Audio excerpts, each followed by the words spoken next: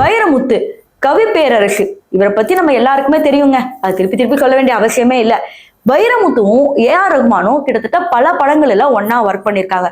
ஆனா பொன்னியின் செல்வன் அப்படிங்கிற ஒரு வரலாற்று படம் வரும்போது அதுல வைரமுத்து இருப்பாரு அப்படிங்கிறது எதிர்பார்க்கப்பட்டுச்சு. ஆனா அந்த சிச்சுவேஷன்ல வைரமுத்து இணைந்திருந்தாரு. ஆனா ஒரு நியூஸ் வருது அப்பதான் கொஞ்ச நாள் கழிச்சு வைரமுத்து படத்துல இல்ல. அப்புறம் தான் ஒரு மேட்டரே தெரிய வருது, ஏஆர் ரகுமானுக்கும் வைரமுத்துக்கும் ஏதோ ஒண்ணும் ஆகல அப்படிங்கிற மாதிரி ரூமர் ஸ்ப்ரெட் ஆயிட்டே இருந்துச்சு. இப்ப அதே மாதிரிதான் தக் லைஃப் இசைப்பட விழாவுல தீயவே ஏஆர் ரகுமான் பாட வச்சிருக்கலாம். ஆனா அவர் ஒரு மாஸ்டர் கிளாஸா வேணுட்டே சின்மய பாட வச்சிருந்தாரு. ஏன்னா சின்மய இந்த இண்டஸ்ட்ரி மற்றும் இந்த தமிழ் மக்கள் மறந்துட்டாங்க. அதனால சின்மய மறுபடியும் பாட வைக்கிறேன், சின்மய வர வைக்கிறேன் அப்படிங்கிற மாதிரி ஏஆர் ரகுமான் வேணுட்டே இதை பண்ணிருக்காங்க அப்படிங்கிற மாதிரி ஃபேன்ஸ் முரண்பாடா பேசிட்டு தான் இருக்கிறாங்க. இதெல்லாம் ஒரு பக்கம் இருக்கும் போது இப்போ சின்மய் மேட்டருக்கு வருவோம். சின்மய் மீட்டு விஷயத்துல ஃபர்ஸ்ட் டைம் வைரமுத்து பத்தி சொல்லும் போது சின்மயோட கல்யாணத்துக்கு வைரமுத்து வந்தாரு, நீங்க எல்லாம் காலில் விழுந்தீங்களே அப்பெல்லாம் தெரியாதா, இப்ப சொல்றீங்களே அப்படின்னு பல ஆண்கள் கேள்வி கேட்கும் போது சின்மய் என்ன சொல்லியிருப்பாங்கன்னா, எனக்கு அப்ப சொல்றதுக்கு தைரியம் இல்ல, சொல்றதுக்கு ஆள் இல்ல, கேமரா முன்னாடி நடிக்க வேண்டியதா போயிடுச்சு.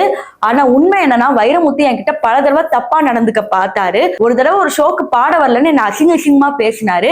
அதுக்கப்புறம் என் கணவர்கிட்ட அழுதும் போது என் கணவர் தான் எனக்கு கூட நின்னாரு அப்படிங்கிற மாதிரி சொல்லி பரபரப்பை ஏற்படுத்தினாங்க.